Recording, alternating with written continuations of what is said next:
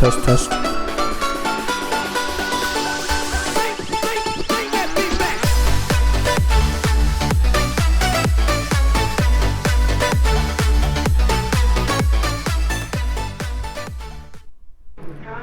Hola amigos, we back, and as you can see, we are not in Newcastle this weekend. We are actually in Manning Valley. We've gone up north to race at the Manning Valley Championship.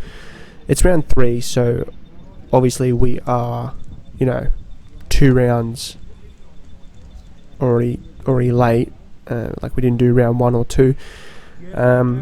So yeah, like I was saying last videos, we are no longer doing Karting Australia. We're going to Karting New South Wales, and this track is in Karting New South Wales. So I figured for the rest of this year I'll just do the tracks that I'm going to be doing next year, and just get a feel of them, just get a rhythm to the tracks, write down some notes and pointers on each track. So for next year I'm prepared. This will be the main track that I will be racing at. Next year this will be classed as my home track. So I'll have a membership for this track, and all the other tracks I can still participate at, but I wouldn't be able to do their club championship. So hopefully if all this bad stuff, all this bad stuff that's happening at the moment clears off, I'll be able to race at like Eastern Creek, Dubbo, Port Macquarie, Coffs Harbour, or hopefully Coffs Harbour, that's a bit of a trip. Bathurst, Dubbo, I've already said Dubbo, Orange. If that's if all goes as good as it can with what's happening in the world. In front of us you got Ben. He took the trip up to Manning Valley as well, wanted to race. And then everyone else I don't quite know, they must be like locals at Manning Valley that race here. So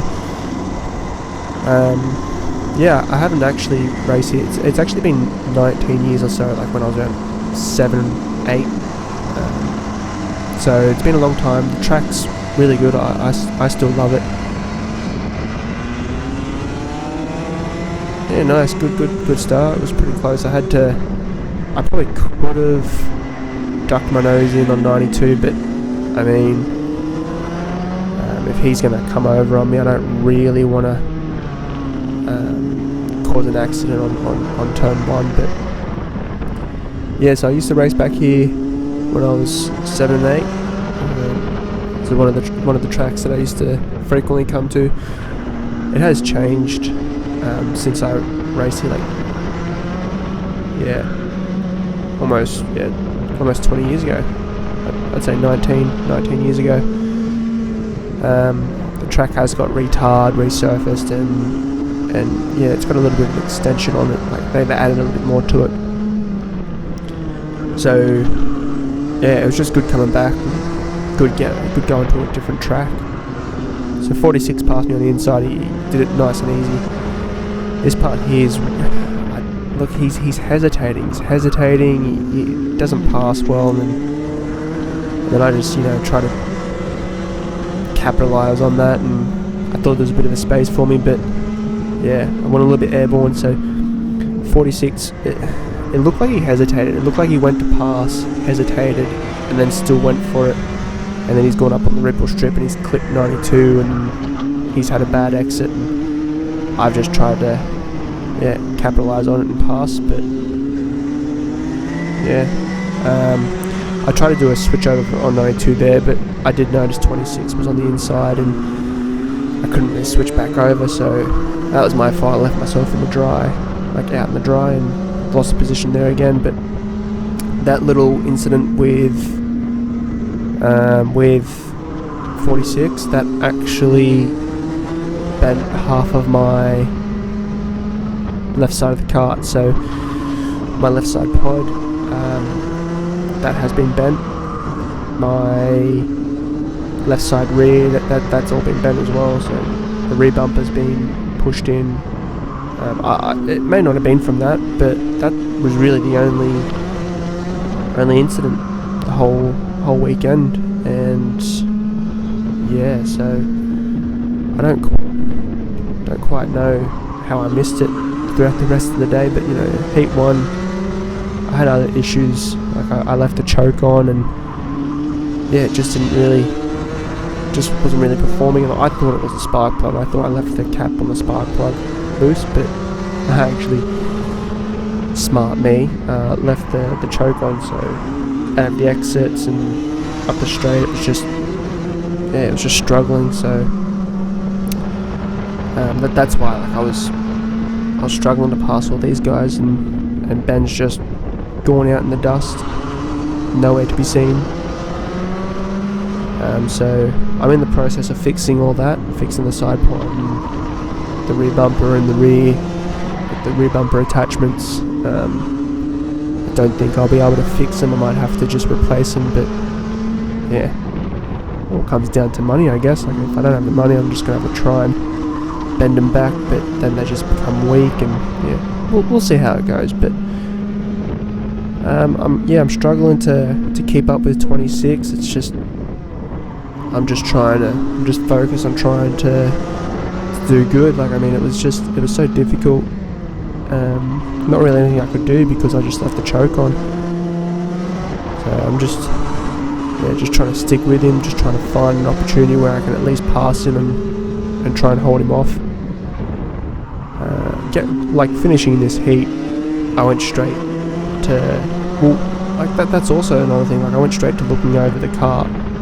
I mean, I mainly looked at the engine side because that's where I thought the issues were, and then I noticed the choke was still on, and so he made a little bit of a mistake there, and I'm trying to capitalise on it and get really close to him here, and I just figured this was a good place to pass. Like, a lot of people seem to go wide there, and it's not ideal if you're under pressure. I mean, it just leaves the door open, you just easily cut in. But that second right-hander there, it is a late apex to try and get a clear run for the back straight. So you kind of need to go a bit more wider than what you'd like to get that late apex.